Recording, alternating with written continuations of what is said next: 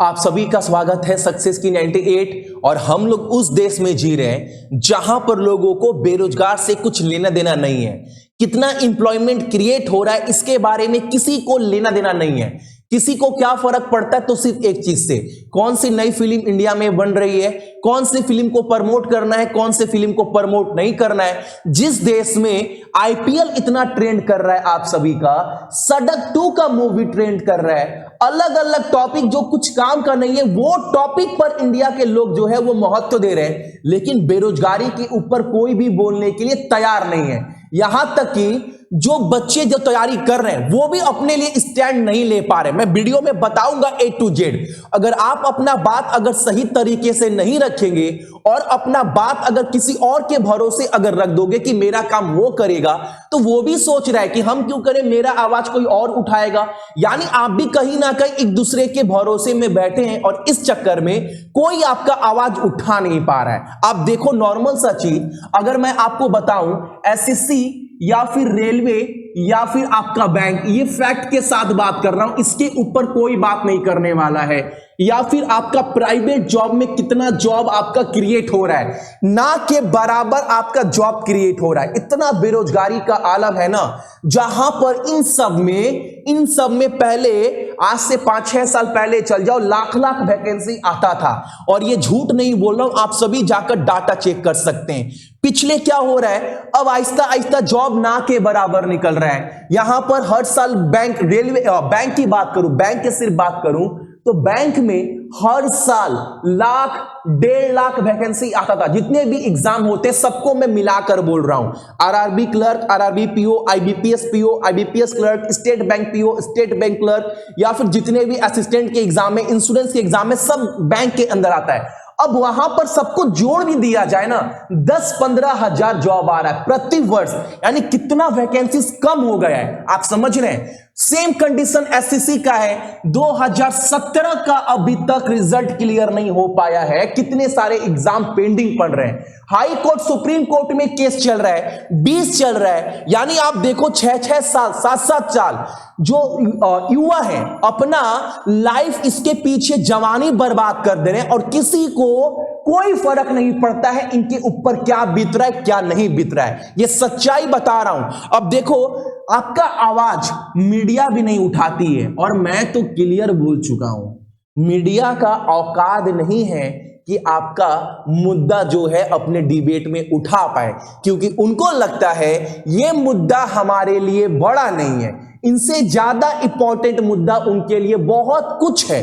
ठीक है, आप जैसे टीवी में देख पा रहे होंगे, आपसे किसी को कोई लेना देना नहीं है, सच्चाई बता रहा हूं। देखो आप सभी, ये सब एग्जाम के बारे में तो मैंने बताया ही बताया।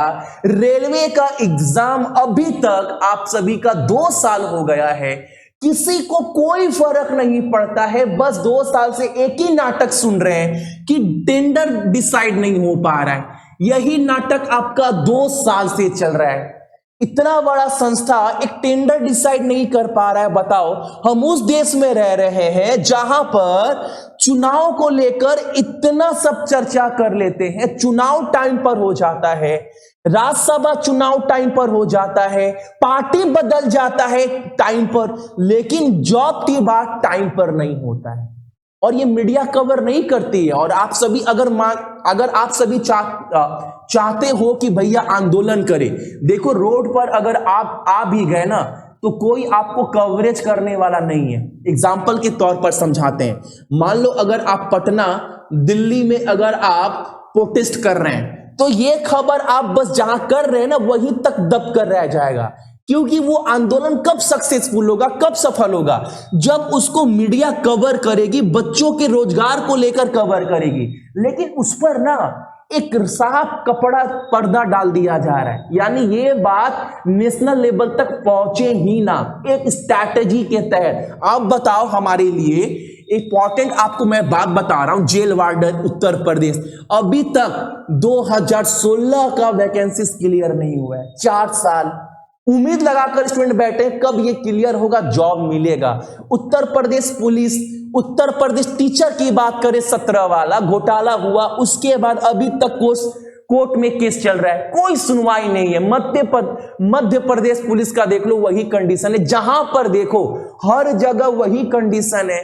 और सरकार हमें बोल भी नहीं रही है कि रोजगार के लिए नया नया रोजगार हम लोग क्या क्रिएट कर रहे हैं, किस में काम कर रहे हैं, किस स्ट्रैटेजी के तहत काम कर रहे हैं, क्या विजन है, ये भी नहीं बताया जा रहा है। अगर आपको जॉब नहीं देना है तो आप फॉर्म निकाल कर पैसा क्यों लूट रहे हैं हम सभी से?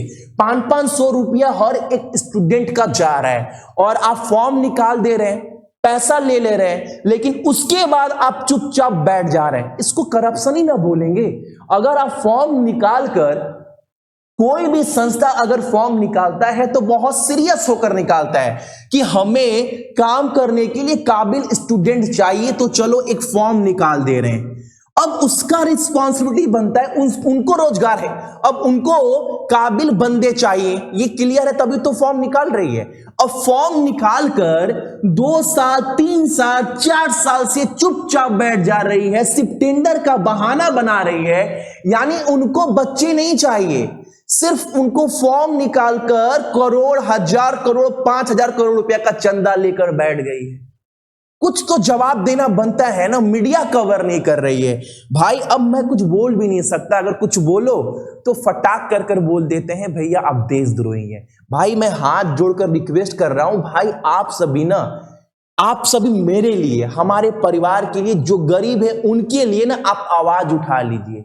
आप जिस भी मीडिया को सपोर्ट करते हैं उनसे बोल दो कि शाम को एक दिन टाइम निकाल कर ना इस बेरोजगारी के ऊपर जो एग्जाम क्लियर नहीं हो रहा है आप सभी का 2-3 साल से, उसके ऊपर एक डिबेट हो जाए नेताओं के साथ बैठाकर। बस इतना सा काम कर दो, जिस भी मीडिया को आप सपोर्ट कर रहे हैं। लेकिन मैं ओपन चैलेंज दे रहा हूं, और चैलेंज बहुत रिस्पॉन्सिबिलिटी के साथ दे रहा हूं, ताकि आप मेरा चैलेंज एक्सेप्ट करो और ये करवा दो कि आप जिस भी मीडिया को सपोर्ट कर रहे हैं उस मीडिया से बोल दो कि ये सर बोल रहे हैं, इतने सारे स्टूडेंट रोड पर लाठी खा रहे हैं, तड़प रहे हैं, एग्जाम की तैयारी कर रहे हैं, काबिल स्टूडेंट जो है उनकी जवानी ढल रही है, फिर वो किस काम के रह जाएंगे? कम से कम उनके लिए अगर वो सच्चे, चलो मान लेते हैं हम देशद्रोही हैं, हम देशद्रोही हैं भाई, हम मान लेते हैं, आप तो सच्चे भक्त हैं ना, आप तो कम से कम देश के बारे में सोचते हैं ना, आप कम से कम डिबेट करवा दीजिए। लेकिन चैलेंज बोल रहे हैं, उनका औकात नहीं है कि वो डिबेट करा दे, इतना ओपन बोल रहे हैं। अब आपको लगता है कि ठीक है भैया मान लेते हैं आप देशद्रोही हैं, हम लोग देशभक्त हैं, चलो हम भी बोल दिए आप देशभक्त हैं, तो जो देशभक्त पत्रकार है ना उनसे बोल दो, अपने देशभक्त पत्रकार से, कि 1 या 2 दिन पूरा जोरों शोरों से टीवी पर ये डिबेट चलवा दे कि 3 साल 4 साल से भर्ती जो है वो लटका हुआ है, रोजगार हर महीने हर साल उनका डाटा ऐसे जा रहा है, कम करते जा रही है सरकार, उसके ऊपर डिबेट करवा दे। आप अपने देशभक्त पत्रकार से बोलकर डिबेट करवा दीजिए, इतना तो करवा ही सकते हैं ना, आप चुप तो नहीं रह सकते ना यार। इसी धरती में जन्म लिए, इसी धरती में मर जाएंगे, इसी भारत मां के लिए, इसी गरीब का मुद्दा उठाते उठाते मान लेते हैं हम देशद्रोही हैं, आप देशभक्त हैं, तो आप कम से कम अपने सर, अपने पत्रकार, देशभक्त पत्रकार को बोलकर डिबेट तो करवा दीजिए। क्या पता लाखों गरीबों, करोड़ जो गरीब बच्चे हैं, गरीब स्टूडेंट हैं, उनका दुआ लग जाएगा। पैसा तो कोई भी कमा सकता है, लेकिन दुआ, आशीर्वाद, ये कमाना बहुत मुश्किल है। उनका दुआ लग जाएगा आप सभी को, वो दुआ कहीं ना कहीं आपके परिवार पर लगेगा, तो ये तो पुण्य का काम आप सभी कर सकते हैं ना। लेकिन इसके ऊपर भी सब चुप है, क्यों? क्योंकि इनको कोई मुद्दा नहीं है। मेन मुद्दा क्या है? देखो, जिस देश में आईपीएल, सड़क 2 का ट्रेलर, मिर्जापुर 2 के लिए लोग पागल है, पबजी के लिए लोग पागल है, फिर इनसे क्या फर्क पड़ता है किसी को? आप बताओ। देखो, आप नहीं बोलोगे। देखो, मैं अभी ना, आज ही के दिन मैंने एक बोला था कि आप सभी ना ट्विटर के ऊपर ट्रेंड कराओ। उस वीडियो को 12,000 लोगों ने देखा 3 घंटे में। उसमें मात्र 3,500 लोगों ने ट्वीट किया, जबकि इतने अच्छे से समझाएं कि आप दूसरे के भरोसे पर मत बैठे रहिए, अपना काम पूरे जिम्मेवारी के साथ करिए। क्या पता दूसरा भी आपके भरोसे में बैठा हुआ है तो आप भी ट्वीट करो। लेकिन देखो, 12,000 में 3,000 स्टूडेंट ही ट्वीट किए, यानी दूसरे को फर्क पड़ता ही नहीं है। जब स्टूडेंट को ही फर्क नहीं पड़ रहा है, अपना काम रिस्पॉन्सिबिलिटी साथ नहीं कर रहे हैं, तो बाकी क्या करेंगे? बाकी को दोष देकर होगा क्या? आप सभी बताओ। तो यार कम से कम ये सारे मुद्दे बहुत इंपॉर्टेंट है। जो देशभक्त पत्रकार हैं, भाई आपसे रिक्वेस्ट कर रहा हूं, भूल से अगर आप मेरा वीडियो देख लिए ना, करोड़ गरीब जनता का बात तो छोड़ दो, जो रोजगार के लिए दर दर की ठोकरें खा रहे हैं, जो अपने घर के कंडीशन को ठीक करने के लिए सोच रहे हैं कि जॉब लग जाएगा तो घर का कंडीशन ठीक हो जाएगा, 3-3 साल 4-4 साल से एग्जाम दे रहे हैं, उनके ऊपर भी डिबेट उठा दो कम से कम। चलो ये नहीं करना है आप सभी को, मान लो ना। आप देखो, मेन इंपॉर्टेंट मुद्दा के ऊपर कोई बात करने के लिए तैयार नहीं है। मैंने एक छोटा सा काम बोला था कि ट्विटर के ऊपर आपको ये ट्रेंड करवाना है, क्या?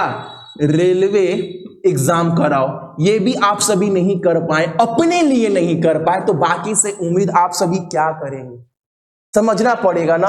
और बाकी मैंने ये भी बोल दिया था, उस वीडियो से 1 पैसा नहीं कमाऊंगा। कोई भी वीडियो अपलोड कर सकता है, किसी के चैनल पर कॉपीराइट स्ट्राइक भी नहीं आएगा, इतना कुछ बोल दिए। अब इससे ज्यादा मैं क्या कर सकता हूं? एक प्लेटफॉर्म बना रहा हूं जहां पर सभी एकजुट हो सकते हैं।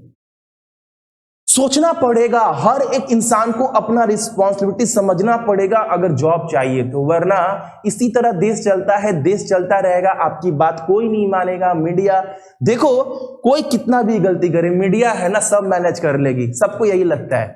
कुछ भी करो देश में, कोई टेंशन नहीं है, कोई चिल्लाते रहे, रोते रहे, कुछ नहीं, उनका आवाज दबा दो, मीडिया है, सब मैनेज कर लेगी।